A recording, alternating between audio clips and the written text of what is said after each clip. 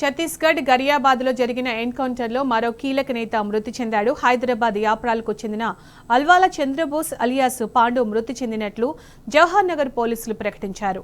Maoist పార్టీలో Chandrahas east zonal bureau ఇన్ఛార్జిగా పనిచేశారని తెలిపారు. అతనిపై 20 లక్షల రివార్డు ఉందని వివరించారు. చంద్రహాస్ 1985లో అతను అజ్ఞాతంలోకి వెళ్లిపోయాడని పేర్కొన్నారు. ఇన్ని రోజులు చంద్రహాస్ ఆచూకీ గురించి తెలియదని, ఇప్పుడు చనిపోయారని తెలిసి బాధ కలుగుతుందని బాల్య మిత్రుడు రాజనరసింహ అన్నాడు.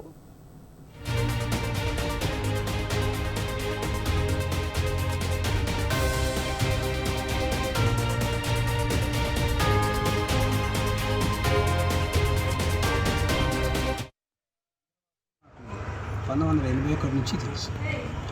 1981లో 10వ తరగతి లాల్ బజార్ తిరుమలగిరి స్కూల్లో చదివాను, గవర్నమెంట్ స్కూల్. ఆ 10th అయిపోయిన తర్వాత అప్పటికే ఇక్కడ ఆర్వైఎల్ ఆర్ఎస్ తిరుగుతుంది. ఆర్వైఎల్ వాళ్ళు గ్రామాలకు తరలిండి క్యాంప్ అని తీసుకున్నాం. అప్పుడు నేను వచ్చి మేము పోతుంటే మా ఎంబడి వచ్చేవాడు. క్యాంప్ అని చేసిండు, మేడే పోరాటాలు చేసిండు, మేడే జెండా ఎగిరేసిండు, మేడే మీటింగ్లకు వచ్చిండు, భగత్ సింగ్ వర్ధంతిలోకి వచ్చిండు. ఇక్కడ నన్ను గుడిసి చెరుకుంటాజ్ కాలనీలో సుభాష్ నగర్లో ఎర్రజెండా బస్తీ, బొల్లారంలో నందు నాయకత్వం చేసిన జనాలు అక్కడ బస్తీ కొన్ని గుడిసెల పోరాటాలకు వచ్చిండు. అట్లా చంద్రబాస్ పెరిగి పేదరికం నుంచి వచ్చింది కనుక మనం పాడే పాటలు పేదలే, మనం చేసే పోరాటం పేదల పోరాటం కనుక జల్దీ పాటలకు అట్రాక్ట్ అయ్యి ఉద్యమంలోకి వెళ్ళిపోయింది.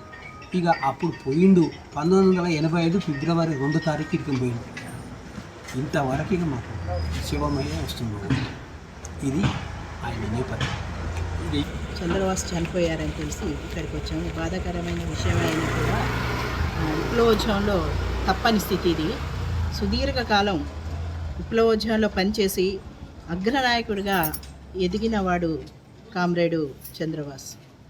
ఆయన ఈరోజు అమరుడవడం విప్లవోద్యమానికి ఎంత తీరని లోటో అట్లాగే పేద ప్రజానికానికి కూడా అంతే లోటు.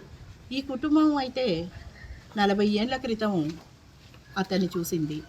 అప్పటి నుండి ఇప్పటి వరకు ఆయనది ఉనికి మాత్రమే. ఈ కుటుంబానికి ఆయన చేసింది ఏమీ లేదు.